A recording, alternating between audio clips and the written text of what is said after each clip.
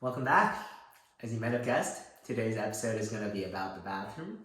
And today I'm going to make sure you leave here with all the concepts necessary to do your own bathroom remodel, starting from the design strategies to the fixture choices to the construction process. So let's get started.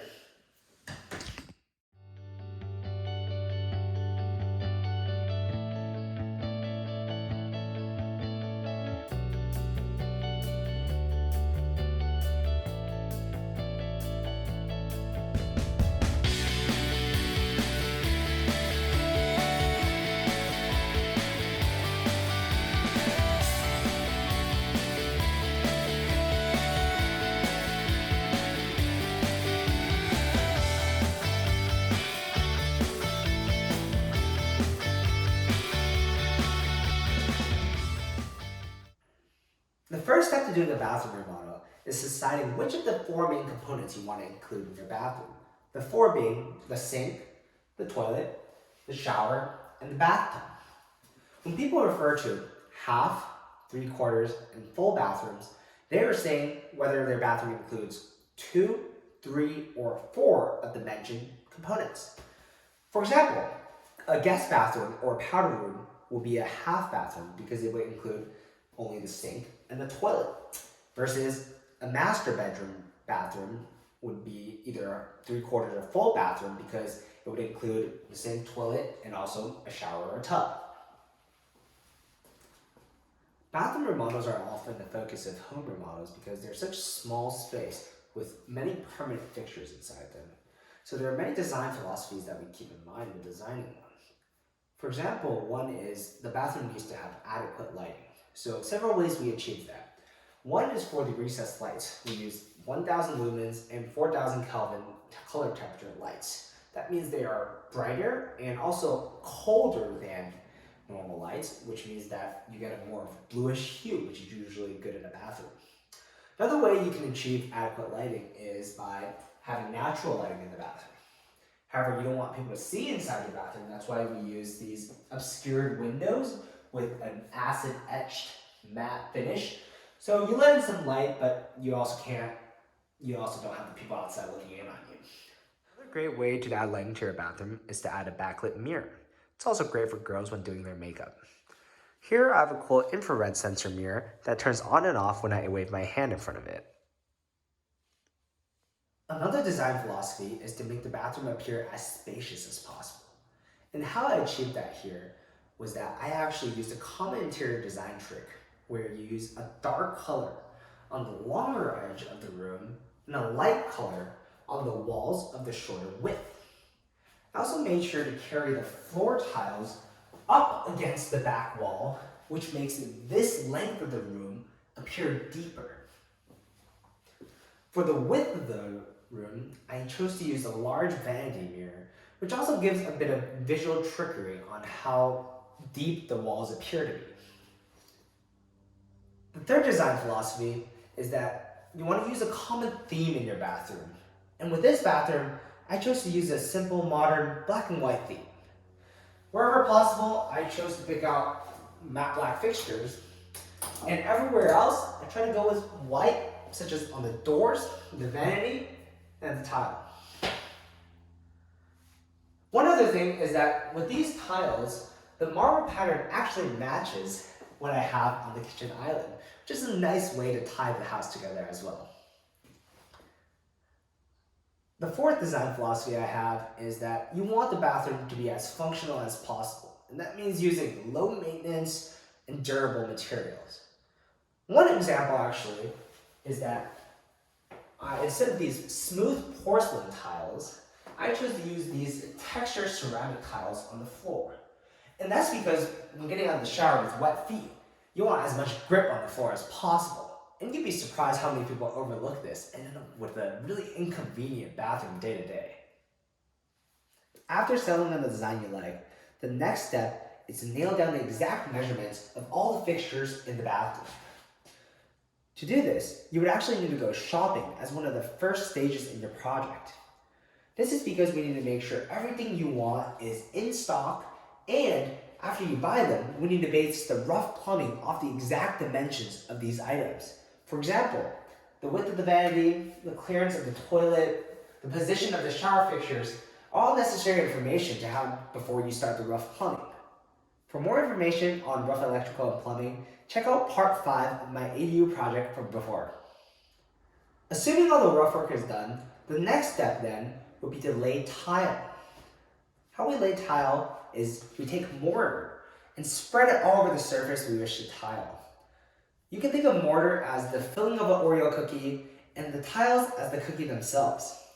We cut the tiles to shape, lay them on the mortar, and we take these tiny clips called tile spacers and put them in between the two tiles. This is to ensure that the tiles are all spaced evenly and that they sit flush with each other, meaning that there's no uneven surface. After that, we take grout, which is a slow setting adhesive, and insert it in between the two tiles. And grout, when it's wet, is very easy to wipe off, but when it's dry, which takes a day or two, becomes very permanent. Finally, we take caulk, which is similar to grout, but it's used for the exposed edges of the tile, such as here and in between the seams of the black and white. Next, let's discuss some bathroom fixture options, starting with the vanity.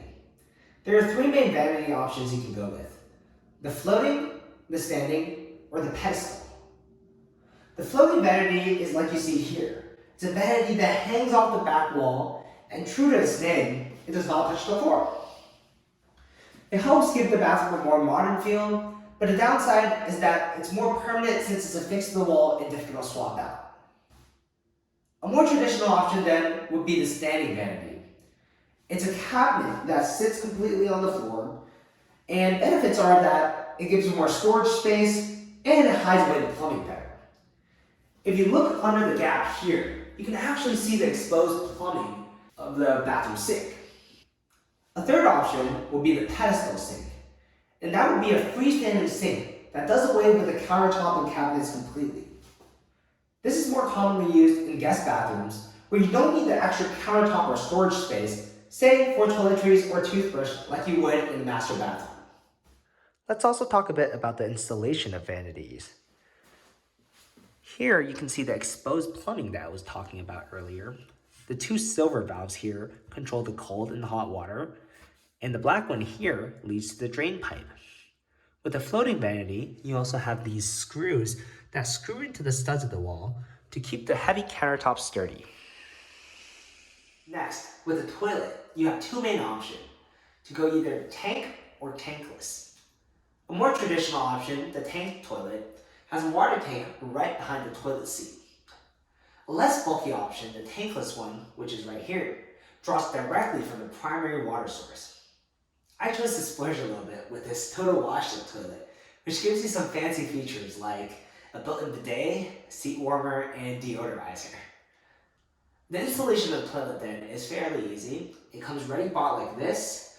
You would connect the plumbing and then caulk the edges to make sure it stays in place and is completely watertight. Last but not least, let's talk about the shower. First of all, let's talk about the shower niche. The shower niche is basically storage for your shampoo bottles and whatnot. And it's important to design this at the very beginning because you need to make sure that A, this is not a load-bearing wall, and B, that there's enough thickness of this wall for you to put in this gap in the framing. Next, let's talk about the shower fixtures. With the fixtures, you basically have 4 main types.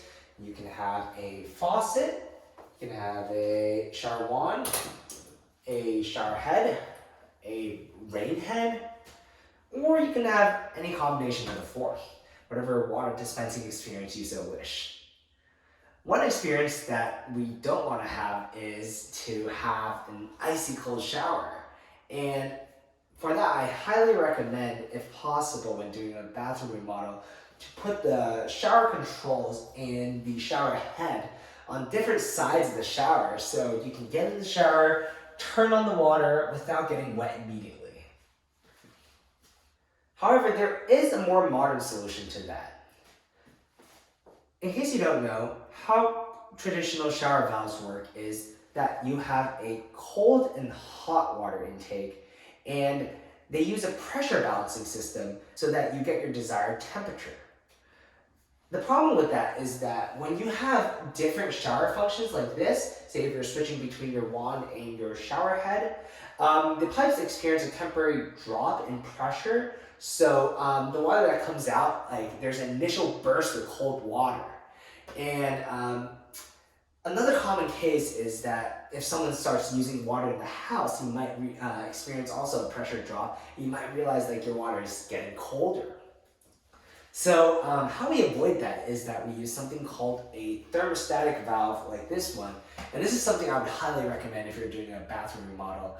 And what it is basically there is a built-in thermometer, and when you turn the valve to say 100 degrees, 100-degree water is what it dispenses. It will detect the temperature of the water first before having it come out, which is probably what you thought a shower valve would do, but 90% of shower valves actually do not use this feature.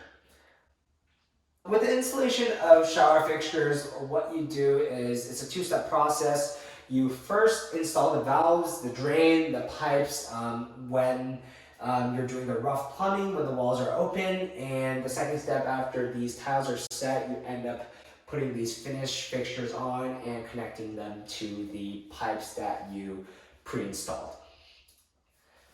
Last with the shower is something I don't have yet. It's the shower doors. You can either go with a rod and a curtain, or you can go with shower glass. With shower glass, you have several options. You can go with a sliding door, you can go with a swinging door, or if you don't like a steamy shower, you can go with something called an open shower, which is basically a piece of glass right here to keep the water from splashing out, and you just have an exposed opening on the side right here. The last part of the bathroom, which I actually don't have here, is the bathtub. And bathtubs are useful for two main purposes. A, if you really like taking baths, or B, if you have kids or pets that you like to bathe. From a realtor's point of view, if you are doing a bathroom renovation for a 1 or 2 bedroom apartment, I actually would not recommend putting in a bathtub because A, these bathtubs are expensive to install and difficult to maintain, and B, they're actually not that attractive to, say, single tenants if you choose to rent it out down the road. If you were doing this for, say, a 3 or 4 bedroom single family house, I actually would recommend putting in a bathtub in at least one of the bathrooms, since these are more attractive to families and may help your resale value slightly. That's all for this episode of the ADU project. Hope that was a useful crash course in bathroom remodeling. Appreciate it if you could help like, comment, and subscribe to this video. See you next time.